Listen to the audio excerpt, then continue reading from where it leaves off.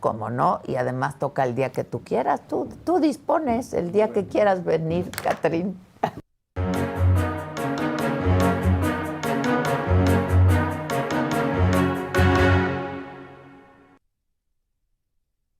¿Es asunto médico? No, pues es llevarle a su consulta. Ah, ok, Sí, pero todo bien. Todo bien. Por eso cambiamos de jueves a viernes, pero... No importa, pero aquí estamos. Aquí estamos para cerrar la semana. Me parece poco una vez a la semana verte. Si quieres vengo diario. Exacto, porque me da mucha alegría verte. Si por mí fuera aquí, me encargo de las cámaras. También, ¿no? Y aquí lo que quieras. ¿Cómo estás, querida Adela? Yo muy bien, ¿y tú? Bien, terminando una semana. Ayer fue Día de Acción de Gracias en Estados Unidos. ¿Diste las gracias? Di las gracias.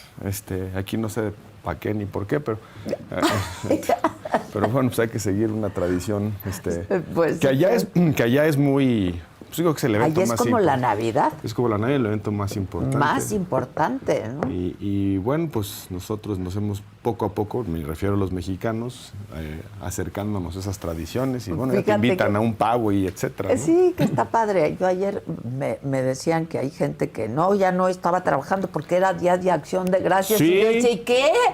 No, Sí. ¿Y nosotros qué, pues? Ayer me invitaron a comer ahí pavo en la noche, entonces rico. A cenar rico. Qué bueno.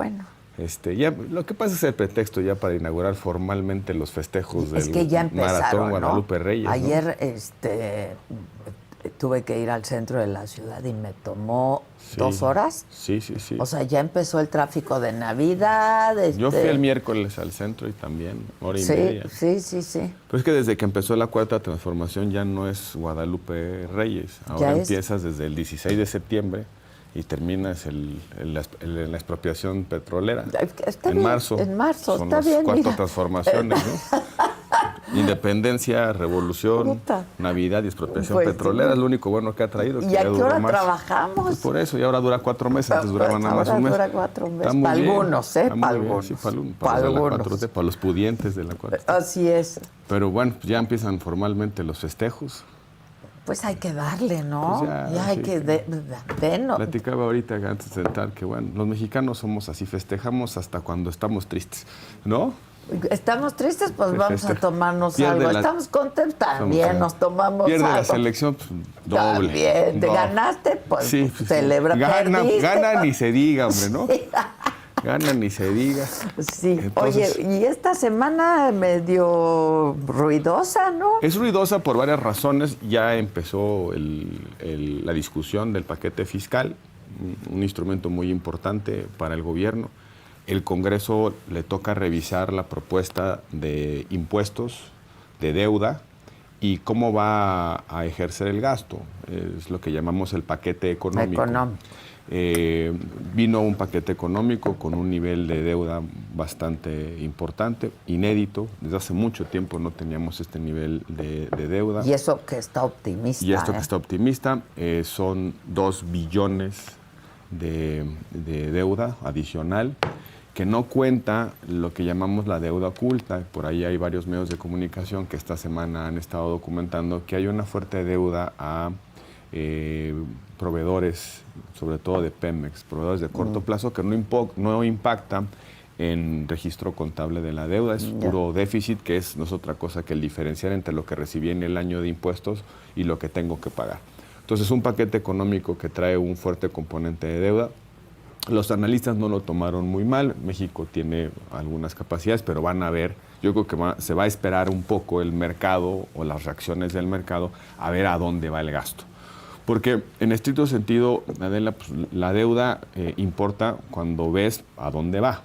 No es lo mismo que una casa, una empresa o un país se endeude para crecer, para comprar una máquina, para hacer un cuartito adicional. Para chingártelos. O para el Maratón Guadalupe Reyes, ¿no? Sí, entonces, es lo mismo en un país. Vamos a ver a dónde va a ir dirigido ese endeudamiento. Puede ser, como lo sugiere la lógica, para seguir con los proyectos prioritarios de la administración anterior, Tren Maya, refinería, el transísmico, etcétera, más el gasto corriente, pues, que es el gasto de las pensiones, o puede haber un paquete que suene interesante en términos de desarrollo, en términos de efecto multiplicador que genere inversión, más inversión privada y empleo, como por ejemplo hacer carreteras, hacer puertos, hacer infraestructura. Y en salud, y en educación. Salud, sí. Que por cierto, en el proyecto que mandó la presidenta del presupuesto vienen castigados esos rubros, viene castigado salud, creo que es el nivel de inversión en salud más bajo en los últimos 20 años, viene castigado el rubro de educación, viene castigado el rubro de seguridad. Es lo que te iba a decir, seguridad incluso. También, por cierto, no pinta aún en el presupuesto la prioridad que ella ha anunciado de fortalecer nuestras fronteras en términos de parar el flujo de migración, como se comprometió con Trump. Entonces ahí tiene que haber en algún cajoncito del presupuesto algo que refleje que el gobierno va a fortalecer el Instituto Nacional de Migración o va a establecer una política para contener, como ella dijo en la llamada, a los migrantes en la frontera sur de nuestro país. Entonces vamos a ver cómo dicen en la teoría de la gestión pública, de la administración pública, que uno puede ver las prioridades de un gobierno, de qué se trata un gobierno, en cuánto le asigna al... No puedes decir que tu prioridad es la protección de las mujeres si en el presupuesto no se refleja la protección de las mujeres. Lo mismo pasa, por ejemplo, en salud, educación, medio ambiente, seguridad, etc. Entonces vamos a ver en el presupuesto, que estará pronto a analizarse. Creo que esta semana, la que sigue, la Cámara de Senadores va a aprobar el paquete fiscal y luego vendrá la discusión del presupuesto. En ese orden siempre. Primero tenemos que saber cuánto tenemos y de dónde lo vamos a sacar. Y ahí es nada más impuestos, venta de petróleo y deuda. Y ahora esa lana, ¿a qué lo vamos a dedicar? Y esa es la parte del presupuesto. Y eso tiene que ver con otro elemento que pasó en la semana, que fue la extinción de los órganos autónomos. Exacto. Yo creo que no es un asunto ideológico como parece que se quiere. Consuma tu mes, se echaron todos. Por cierto, uno de ellos, bueno, varios de ellos, de los reguladores o los autónomos, están regulados específicamente en el Tratado de Libre Comercio. Caso concreto, el Instituto Federal de Telecomunicaciones, en el anexo de telecomunicaciones del TEMEC, que firmó Andrés Manuel López Obrador, no lo firmó Peña, que lo firmó Andrés Manuel López Obrador, o ya en su tiempo, en el apartado de telecomunicaciones se dice el órgano regulador del mercado de telecomunicaciones, que tiene, entre otras funciones, garantizar la competencia efectiva y el acceso de todos a las tecnologías, al desarrollo tecnológico de ese sector, debe tener un órgano especializado y técnico independiente del gobierno. Y esa frase llama en una nota al pie a una cosita con letra chiquita. En el caso de México, dice la nota al pie, se entenderá por órgano independiente un órgano constitucionalmente autónomo, bla, bla. Es la definición que tiene. Entonces, ya no existe. Que ya no existe. Entonces, pues ya se lo chutaron. Eso es una medida franca, violatoria directamente del Tratado de Libre Comercio. A ver cómo reaccionan nuestros socios comerciales y qué se activa dentro del menú de disputas que tiene el Tratado de Libre Comercio. Pero más allá de una cuestión ideológica de si les gusta o no les gusta a los autónomos, antes les encantaba. Sí, claro. Yo veo muchos que hoy están defendiendo que extingamos al INAI, que antes eran los que proponían la autonomía del instituto. Acuérdate que siempre hay un tuit o un video. Siempre hay bueno, yo lo puedo decir, en la mesa de negociación nosotros empujábamos un régimen de autonomía constitucional, el gobierno quería un régimen más flexible. Estoy hablando de las reformas del Pacto por México, donde salieron la Comisión de Competencia Económica, el Instituto Federal de Telecomunicaciones y otros tantos. Ahí estaba un Javier Corral, por ejemplo, ahí estaba un Alejandro Encinas, ahí estaba muchos de los legisladores en aquel momento que hoy son personajes relevantes en la Cuarta Transformación, y ellos exigían el modelo de la autonomía constitucional, que es un modelo durísimo de autonomía, es una lejanía total del poder público. Como debe ser. Y decían, es que no queremos que intervenga el gobierno de Peña Nieto o el de Calderón, etc. Entonces era su posición. La izquierda amaba la configuración de las autonomías desde la Constitución. Hoy dicen que ya no es necesario, porque pues ya llegaron, entonces no importa, y que además pues el gobierno es gobierno, y aunque sean autónomos, dependen de la cabeza o la dirección política de la presidenta. Argumentos que no compartía en aquel momento. Pero creo que más allá de lo ideológico, porque insisto, les encantaban los órganos autónomos,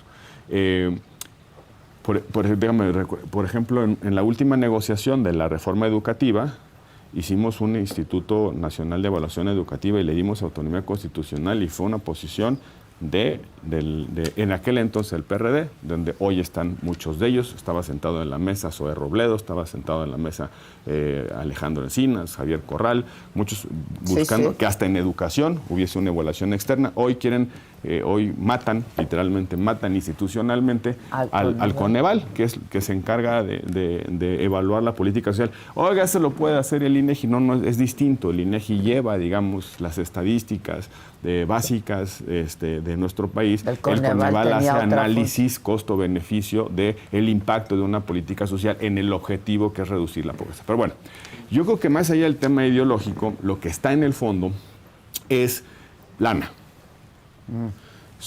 Estos órganos suelen ser mucho más caros. No es lo mismo que lo haga un instituto colegiado, con expertos, con direcciones robustas, a que lo haga una dirección general dentro de la Secretaría de la Función Pública, o que lo haga un jefe de departamento. O sea, sí costó, más barato, pero tampoco eran... No, tampoco es tanto. Tampoco pinta. Representaba, ¿no? Tampoco pinta, no nos van a sacar, no va a pagar la deuda externa. Pero yo creo que en esta lógica de pepena de lo que se pueda. Y tan es así que, por ejemplo, ahí algún dirigente de Morena dijo, oiga, pues nos encontramos que en el IFT hay un fondo, y no me acuerdo cuántos hay un fondo, pues lo vamos a reasignar, ahora que son 1.500 millones de pesos, que tiene que ver, entiendo, con el pago de algunos derechos. No conozco bien los detalles, pero allá, porque la lógica de los reguladores, como parte de su autonomía, es que los ingresos que se generan, pues están dentro de las necesidades de la propia institución. Ajá. Por ejemplo, las multas que cobra la Comisión de Competencia Económica, que son muy altas, ¿no? Bueno, pues ahí ven hacen su ronchita y todo. Ven lana y van por ella. Entonces, yo creo que más allá de lo ideológico, es un tema de dinero. Y creo que es un tema estrictamente político. Si tú controlas la función, controlas a las, a las audiencias alrededor. No es lo mismo que un órgano técnico independiente y autónomo hable a través de la ley con los operadores de telecomunicaciones, a que tengas que ir a hablar con la presidenta o con el secretario de Comunicaciones para arreglar si estás en el mercado o estás fuera del mercado, si tienes televisión o no tienes televisión, si tienes una concesión de radio o no. Para quitarle el componente político a ese sector, pues se hizo un órgano regulador, tienes que convencer a 7 comisionados. Aquí van a tener otra vez como en el pasado, ¿quién quieres una concesión? Pues ahí te va mi cuate, ¿no? Te va a costar. Y te va a costar lealtad política, porque el que da también puede quitar. En el modelo de autonomía das porque licitas una concesión, porque tiene los elementos técnicos y no te la puede quitar a menos que cometas alguna de las cosas establecidas en la ley y apliquen las sanciones. No, cuando regresas al modelo de conducción política de ese sector, pues nada más el que te la da también te la quita. Entonces tiene otro componente, un tercer componente de concentración de poder, evidente intención de concentración de poder. Pero en el diseño de las instituciones de la República en los últimos 30 años, los órganos autónomos habían sido una solución para contener el poder político del Ejecutivo y especializar ciertas funciones. Eso se elimina de una forma atropellada. No podían dividir, por ejemplo, los legisladores la discusión. Yo puedo estar de acuerdo en la extinción de A, pero no necesariamente en el C o en el D, entre otras cosas porque las funciones y la autonomía eran distintas. Un desaseo que parece que choca con, Adela, la idea de que además de la razón, además de los votos, tienen la razón. Sí. Si tienen los votos y tienen la razón, pues ¿por qué no lo hacen con el cuidado, con la pulcritud que amerita tener la razón? ¿No? Sí. El aseo, que amerita tener la razón, ¿no? Yo creo que cuando tú no tienes la razón, pues buscas no exponerte a que te lo demuestren. Entonces, por eso, estas reformas, 47 artículos constitucionales afectados en esta administración, así de bote pronto, de la noche a la mañana, en 24 horas le da la vuelta a todo el Estado, pues no es como muy acorde con no solamente tenemos las matemáticas que nos dio indebidamente la sobrerepresentación o los que brincaron por las razones que sean, sino también porque no tenemos una razón que sea sostenible en el debate, ¿no? Entonces, una semana institucionalmente difícil. El tema que hablabas ya de lo de Trump, ¿cómo viste? ¿No? Le dije en la carta, luego me habló, yo dije tal, no, ella se comprometió a esto, el tratamiento, pues, del tema, ¿cómo lo has visto? Tres cosas, Adela. Primero, no trivialicen lo que Trump dice. Me refiero al gobierno. No digan, es un bully y luego cambia. Es un Trump diametralmente distinto al Trump primero. Por dos razones fundamentales. La primera es porque no tiene ya nada que perder. Él ya no puede reelegirse. Entonces, sus lógicas son distintas. También no puede reelegirse y tiene 70 y picos años. Tampoco creo que tenga mucho que cuidar hacia adelante en términos vitales. Esa es la primera razón. Él no tiene nada que perder. Y segundo, el gabinete que escogió, que son furiosos radicales, ese gabinete tiene mucho que ganar. De ahí puede salir el próximo presidente. Entonces, cuando ven un gabinete que son, voy a poner el caso de Marco Rubio, que es un perfil, perdón, duro con los autoritarismos de Latinoamérica, que habla de la necesidad de intervenir donde hay riesgos para la seguridad. Ese perfil, si lleva adelante su agenda, que fue la que ganó en la elección, y le sale bien, entonces se postula como un candidato. Entonces, ¿qué pasa? Trump no tiene nada que perder y su gabinete todo que ganar en las agendas furiosas que están sosteniendo. Si a uno le sale bien su agenda, va a tener una posición privilegiada de cara a la elección de 4 años. Y entonces, ¿qué significa esto? Pues que México es una agenda atractiva para alimentar política interna en Estados Unidos. Entonces, partamos de eso. Primero, no hay que trivializar lo que está pasando, hay que tomarlo con mucha seriedad. Segundo, yo vi en la primera etapa de la crisis, me refiero al anuncio de los aranceles que hizo Trump, vi 2 Claudias. La primera fue Andrés Manuel, lo que haría Andrés Manuel, la carta, el tono, una carta, pues larguísima, que llena de florituras nacionalistas, pero no tenía mucho contenido. Ya, bueno, se entiende que le estaba hablando ahí a Jesús Ramírez para que esté contento. Pues claro, porque los gringos no son así. Yo creo que asunto. Sí, ¿no? Exacto. ¿No? Asunto. Entonces, está la carta, que es la respuesta típica que hubiera dado Andrés Manuel López Obrador. Pero luego vi a la Claudia en la llamada. Bueno, lo que sabemos de la llamada. Y en la llamada, ya con un tono de, a ver, vamos a entendernos, si sus 2 preocupaciones son estas, les digo que ya lo estamos atendiendo y los vamos a seguir atendiendo, y pues dialoguemos y podemos fortalecer. Ya. Esa es una posición pragmática que no cede absolutamente nada. No perdió soberanía el país, ella no se vio débil, no está regalando nada. El haberle dicho en la llamada que no nos conviene empezar una escalada de aranceles, pues porque nuestras economías están muy integradas, pues eso son una posición firme, firmeza no tiene que ser igual andar de grito en grito, claro. Ni tampoco andar de insultos, es simplemente decir las cosas como son y plantear que hay entendimientos posibles. Esa es las 2 Claudias que yo vi.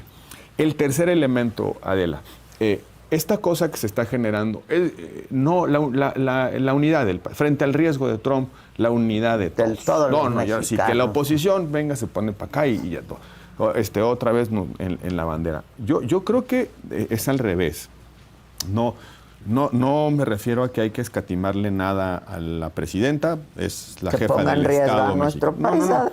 Pero yo creo que esta crisis nos debe llevar a algo, a repensar nuestra política interna.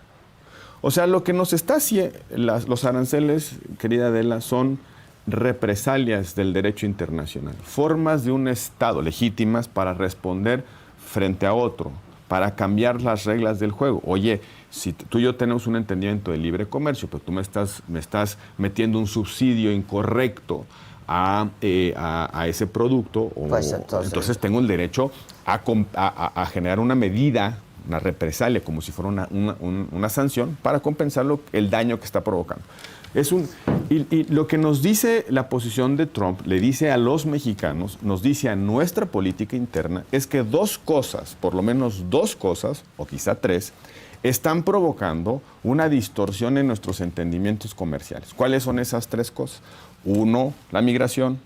Dos, la seguridad. No solamente fentanilo, el hecho de que los criminales ya tengan un control prácticamente dominante en muchas partes del país. Y tres, que nos estamos metiendo en un terreno de incertidumbre jurídica, porque de la noche a la mañana cambiamos las reglas del juego y decidimos socavar el profesionalismo y la independencia del Poder Judicial. Entonces nos están diciendo que esos tres elementos de política interna está creando una serie de situaciones que pueden afectar los entendimientos comerciales y también los entendimientos de integración. En el contexto de una polarización, una competencia por, digamos, geopolítica, por la hegemonía del mundo. ¿Quién es la potencia más poderosa? ¿China o Estados Unidos? Entonces, ahí es donde viene la reflexión. Creo que lo que debía de hacer la señora es voltearse con su oposición y decirles, oigan, tenemos estas tres broncas como país, vamos entrándole. ¿Por qué es importante? A lo mejor no necesitan los votos de la oposición en el Congreso, pero hay gobernadores de oposición, hay alcaldes de oposición. Hay también necesidad de que se vea ella trabajando en un frente común con sus adversarios, sus opositores, para poder decirle a Estados Unidos, estoy haciendo lo que me toca. No puedes llamar a la unidad en defensa de la agresión cuando tú mismo eres incapaz de... ahora sí que Trump es al gobierno de México lo que el gobierno de México es a la oposición, a batazos, ¿no? En este caso, a tuitas. Yo creo que ahí es donde debiéramos decir, espérame tantito, hay problemas de política interna que se tienen que arreglar, platiquemos, resolvámonos, y ahí que el país, no la presidenta o su canciller, el país le responda no a Trump, a los Estados Unidos. Claro. Porque además está pasando una cosa sociológica, sociocultural en Estados Unidos. Los primeros que están sensibles con el tema de la migración son los mismos migrantes. Sí, porque dicen, ya cruzamos, ya tenemos aquí nuestro empleo, nuestra casita, nuestra troca. No vengan a que... Pues ya que el primo Javier mejor que se quede allá. ¿Por qué? Porque el primo Javier ya me compite a mí en mano de obra, me compite me precariza el salario, porque la migración ilegal, pues al final de cuentas es trabajo mal pagado y sin seguridad social, etc. Entonces, por ahí va la cosa en el tema de Trump. Ahora, ¿por qué lo hace con tanta anticipación? Yo creo, y leyendo a quienes conocen un poco desde Estados Unidos, que lo que está haciendo Trump es abrir un canal de negociación o poner a patadas un canal de negociación para llegar con resultados a su toma de protesta. O sea, para imponer. Sí, yo me lo imagino en la toma de protestas y bueno, señores, les anuncio. Ya hablé, ya arreglé. Yo creo que por ahí va. Entonces, así someramente creo que es lo que está. Ojalá la presidenta recuerde una experiencia favorable de nuestro país, que cuando nos enfrentamos a una agenda muy dura con Estados Unidos, que ha pasado, sobre todo en los años 80 y luego los 90, antes del TEMEC, lo que hacía el gobierno mexicano era crear un grupo, un equipo interdisciplinario para poder dialogar, entenderse. Y que chambeen entre ellos. Y que chambeen entre ellos. Ya no puede ser únicamente una cuestión de relaciones exteriores o un asunto de comercio. Ya es un problema de interior, de seguridad, de instituciones. Yo creo que tiene que ser abrir un poco su baraja y hacerse acompañar pues del sector privado, de los exportadores. Y de los expertos. Son expertos en esa materia. Y en Estados Unidos, ese expertise, como se dice, tiene muchísimos elementos regionales. No es lo mismo los lobbies, los que cabilean, los intereses de Texas. Es lo que quiere decir de Texas que los de Oregon, sí, ¿no? Claro. O sea, hay es expertos, muy regional, hay expertos, porque las necesidades son regionales. Hay sensibilidades como, por ejemplo, la fecha de cosecha del tomate de Florida, por ejemplo. Si tú pones un arancel en ese momento, entonces, si ellos te ponen un arancel al tomate cuando ellos cosechan, pues el mercado se lo comen ellos, tú no puedes exportar. Entonces, lo mismo pasa con el algodón que nosotros importamos, la naranja, el maíz que nosotros importamos. Tiene una sensibilidad de calendario, obviamente de precios, de subsidios, de la capacidad de esos sectores de influir en Washington. Una cosa muy complicada. Y para eso hay equipos que lo hacen profesionalmente. México tuvo una enorme reserva de talento en su servicio exterior mexicano. No poníamos embajadores que regalaron gobernaturas. Estados, sí. Teníamos gente del servicio profesional de carrera del servicio exterior que sabían estas cosas, especializados en regiones. Dentro del servicio consular mexicano en Estados Unidos había quienes entendían California, quienes entendían Arizona, quienes entendían Texas, quienes entendían Florida. Esas son las cosas que tenemos que recuperar. Yo espero que si ya cambió la ecuación de 90% lealtad, 10% competencia, y ya es al revés, por lo menos 50 y 50, que la señora se haga acompañar de expertos, ¿no? Dos temas. Uno, ya se acabó el registro de aspirantes y suspirantes a jueces, ministros y magistrados. Pues un poco al cuarto para la hora, como lo comentamos en algún momento. Hubo quien duplicó, ¿no? Que se inscribió por el legislativo y por el ejecutivo. El que menos tuvo fue el judicial. Y bueno, pues sigue el proceso. El que menos tuvo fue el judicial por dos razones, Adela, porque fue el más transparente. Y exigía más, Y exigía más. Pues el examen, por lo menos, un comité mucho más robusto y además por transparente. Sabíamos minuto a minuto quién se estaba inscribiendo en el Poder Judicial. No podemos decir lo mismo de los otros comités. De hecho, todavía no sabemos la lista del comité legislativo. Y de hecho nos anunciaron que hay como 17,000 solicitudes que llegaron por correo electrónico, y otras tantas que llegaron en físico, cuando había un sistema que se había habilitado. Pero otro no, colapsó. Colapsó y luego habilitaron los correos electrónicos y le dijeron, bueno, si no puedes por correo electrónico, entonces, vente a las oficinas. Sobre las rodillas, llenas tu solicitud. Exacto, y ver, hay un comportamiento muy raro. Por ejemplo, el miércoles previo al cierre, el cierre de la convocatoria fue el domingo 25 de noviembre. El miércoles previo, en una conferencia mañanera, el responsable del comité de evaluación dijo, llevamos 1,000 registros, 1,000. Es decir, prácticamente en 2 semanas se habían inscrito muy poquitos. El lunes salen en la mañanera y dicen, ¡oye, gran éxito! Sí, fue un éxito. Fueron 18,884 registros. ¿Tuvieron que haber sido a cuántos por minuto? 2 por minuto. Sí. Del jueves al domingo, 2 solicitudes por minuto. 2 por minuto. Una cosa verdaderamente sorprendente. Te tomaba más que eso, ¿no? Sí. Claro. Yo me registré el día 7 y empezó el 5, empecé el mismo día y hasta el 7 pude, me tardé 2 días porque si no cabía y que no sé qué, bueno, en fin. Bueno, eso fue en 2 registros por minuto. Salieron unas cifras de 40,000.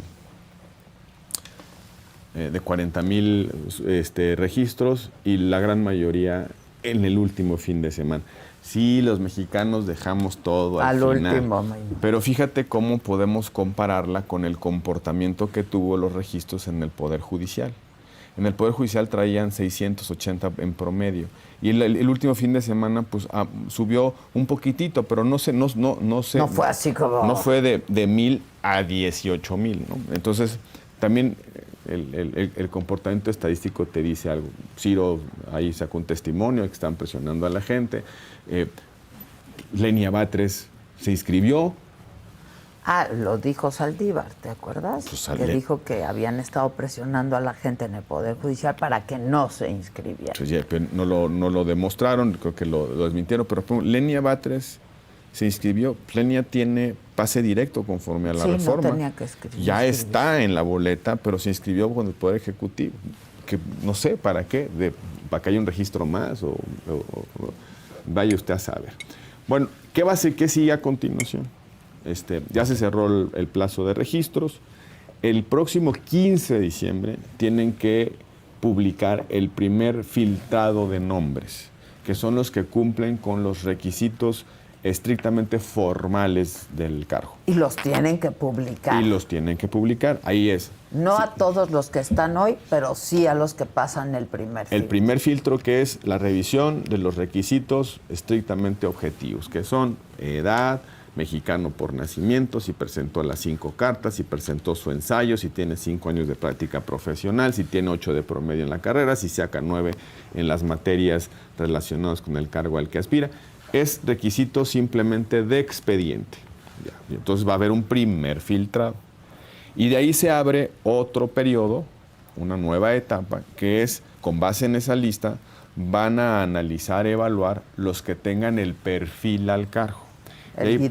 Idoneidad. Y ahí puede ser, pueden hacer entrevistas, en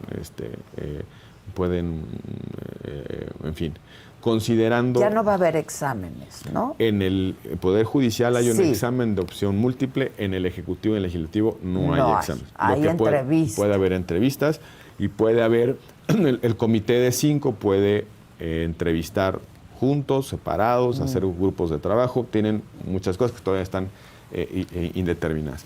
Este proceso tiene que terminar el 30 de enero, o sea, del 15 de diciembre al 30 de enero. En estricto sentido va a empezar a partir de la primera o segunda semana de enero, porque el 15 de diciembre se van a quedar sin aspirantes, ¿no? O sea, nadie va a aspirar, ¿no? ¿Sabes qué? Mejor ya aquí me quedo. Exacto. Entonces, en enero termina esto y luego viene la etapa. El comité de evaluación, los comités de evaluación van a hacer un segundo listado. En el caso de la Corte tienen que reducir el universo a 10 por cada cargo, 90. Que en ese caso son 90. Entonces, cada quien tiene que usar 90. Y ahí viene la tómbola, la famosa tómbola. De los 90. De los 90 meten a la tómbola para que queden 3. Y luego, ya que le pasan esos resultados de la tómbola, primero tienes que la ley de la subjetividad. Luego sigue la ley de la gravedad, porque la bolita se te cae tal. Y luego viene la ley de la discrecionalidad, porque luego cuando la tómbola ya te da pase. Ya te da pase, luego viene la aprobación del listado. ¿Quién aprueba? El Congreso, las 2 cámaras por mayoría calificada, aprueba los 3 finalistas por cada cargo. El Ejecutivo, por decisión unipersonal de la Presidenta, los 3 que van a la boleta, y la Corte, los otros 4. Otros 3, por cada cargo, por una mayoría de 8 votos. Luis María ya se va, este fin de semana termina, por cierto, un abrazo entrañable, fraterno, un gran juez de carrera, un abogado meritorio, un buen hombre. Cumplió todos los escalafones en el Poder Judicial, y yo creo que le ha de resultar doloroso, después de haber sido todo, desde auxiliar hasta ministro de la Corte, pues ver cómo la Corte se desmorona esa carrera. Pero bueno, un abrazo muy fuerte a Luis María y a su familia. Termina este domingo. Entonces en la Corte ya no hay 11. Ya hay 10. Hay 10, pero necesitas los 8 votos. Entonces, por lo menos necesitas un voto de las 3 ministras que ya están en la boleta para poder integrar las listas que van a ir a la boleta. Entonces, y ellas van a estar en la boleta. Entonces, ahí vamos a tener la parte de discrecionalidad política final en la decisión. Esas son las reglas. Para la primera semana de febrero tienen que mandar las listados al INE para que impriman las boletas y la campaña pues ya será los dos pues meses. Ojalá corras con suerte en Pues ya, la pues, sí. insaculación. Imagínate todo. La vida es una tómbola.